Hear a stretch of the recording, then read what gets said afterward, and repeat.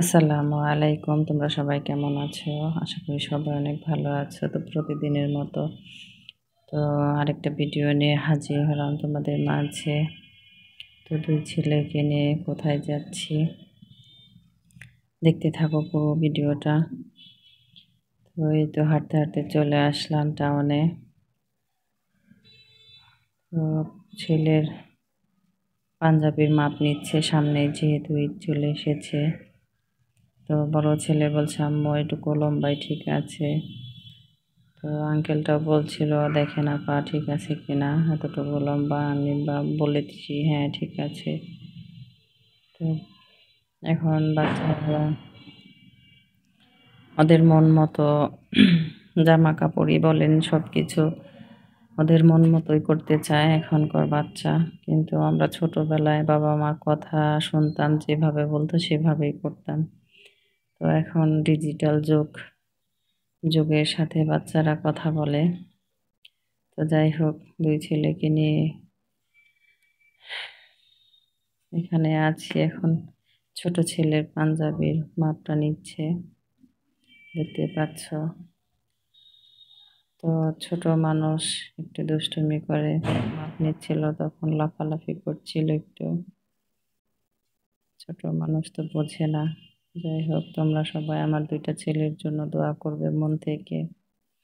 আল্লাহ যেন ওদের নেক হায়াত দান করে, ভালো একজন মানুষ হিসেবে গড়ে ওঠার তৌফিক দান করে আল্লাহ। তো এই তো মাপ নিচ্ছিল।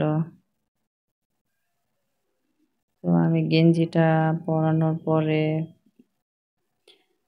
খেয়াল করেছি হাতার ওইখানে একটু সেলাই নাকি হয়েছে, বুঝতে পারলাম না। নতুন গেঞ্জি ছেলেকে পরানোর পরে পরে খেয়াল করেছি। যাই হোক, ওখান থেকে বাসায় চলে আসলাম তখন আর ক্যামেরাটা অন করিনি। তো বাসায় এসে ছেলে বলছে, আম্মু ঠান্ডা কিছু আছে আমাকে দাও, খাবো। তো এই তো তরমুজ কেটেও একাই খাচ্ছে ছুরি দিয়ে। ফ্লোরে গরম ছিল, তো অনেক গরম পড়েছে, তোমরা জানো ইদানিং অনেক গরম। তো বৃষ্টি হয় তারপরও অনেক গরম। আল্লাহর কোন এটা আমরা জানি না, আল্লাহ ভালো বলতে পারবে। এই গরমে বৃষ্টি ঠান্ডা। তো ছেলে খাচ্ছিল, ছোট ছেলে তো তরমুজ কোনো ফলই খেতে পারে না এখনো, শুধু একটু ভাত খায়, তারপর অনেকটা সময় লাগে।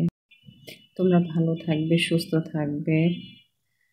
আজকের ভিডিওটা এ পর্যন্তই। আল্লাহ হাফেজ। পরবর্তী অন্য কোনো ভিডিও নিয়ে দেখা হবে ইনশাল্লাহ।